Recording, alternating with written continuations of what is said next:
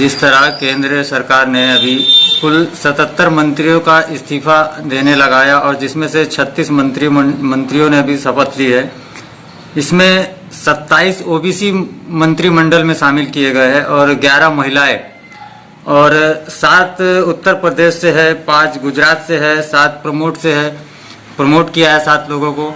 तो ऐसे में क्या जिस तरह आज भारत में महंगाई है या स्वास्थ्य को लेकर के समस्याएं हैं या फिर शिक्षा को लेकर के समस्याएं हैं, तो क्या ये नया मंत्रिमंडल से ये सारी समस्या खत्म हो जाएंगी?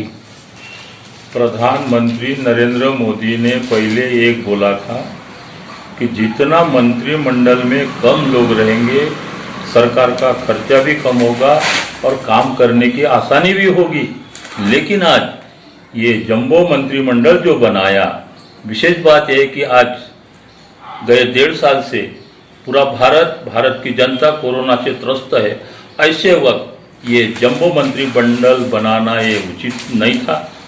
आज अरबों खरबों रुपए भारत सरकार के कर्जे के रूप में खर्चा कर रहे हैं, उसमें ये मंत्रिमंडल का बढ़ावा देना, ज़्यादा से ज़्यादा मंत्री बनाना यानी खर्चा बढ़ाना, ये भारत सरकार के लिए उचित नहीं है।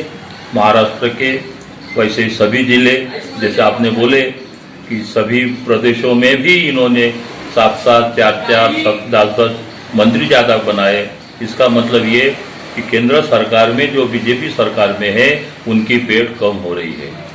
मंत्रिमंडल में बदलाव, क्या इससे जनता को कुछ राहत मिल पाएगी? अब मंत्रिमंडल में बदलाव की आज जरूरत नहीं थी, क्योंकि आज हम सब जानते हैं कि प्रधानमंत्री नरेंद्र मोदी के अकेले के इशारे पर यह मंत्रिमंडल गए 7 साल से काम कर रहा है, यह साबित हो चुका है।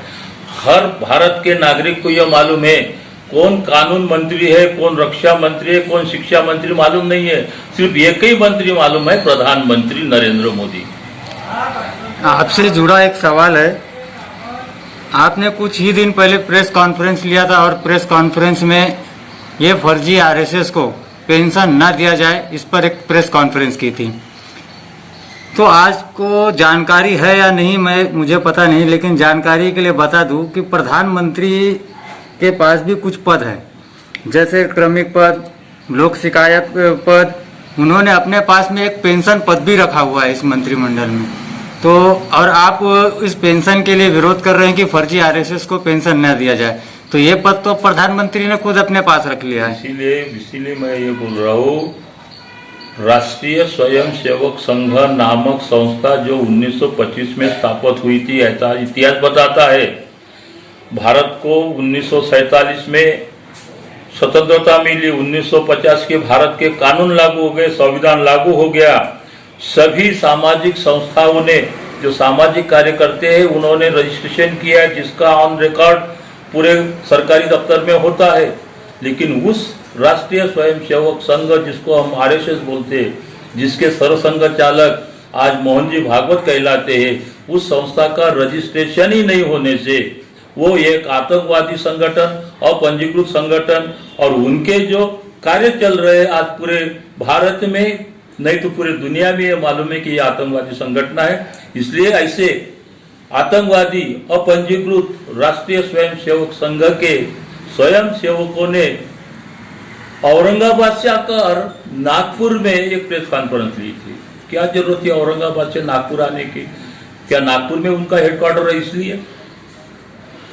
और सवाल सबसे पहले ये है कि पेंशन जो मांग की जा रही है, वो पेंशन कोई नरेंद्र मोदी अपने घर से या वो फर्जी आरएसएस अपने घर से नहीं देने वाली है, सरकार के पैसे से। मतलब भारत के जनता के टैक्स के जो पैसा जमा होता है सरकार के पास, उस पैसे में से दी जाने वाली है।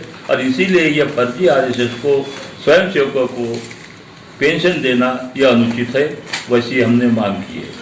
सवाल मेरा ये है सर कि जैसा अभी आपने प्रेस कॉन्फ्रेंस में फर्जी आरएसएस को पेंशन ना दिया जाए, इस पर एक प्रेस कॉन्फ्रेंस की थी, और नरेंद्र मोदी ने पेंशन विभाग भी अपने पास रख लिया है, तो इसको आप किस नजरिए से देखते हैं? ठीक है ना, इसीलिए हमने नरेंद्र मोदी को, हमारा वही बोला हमने कि नागपुर आके उस औरंगाबाद के जोशी दंपति ने जो प्रेस कॉन्फ्रेंस ली, इसका मतलब ये कि आप मांग करो, हम वहाँ पेंशन लागू करेंगे। ये उनका षड्यंत्र हमारे समझ में आया, इसीलिए हमने प्रधानमंत्री को एक निवेदन भी भेजा है कि वो फर्जी आरएसएस के स्वयंसेवकों को पेंशन ना दिया जाए।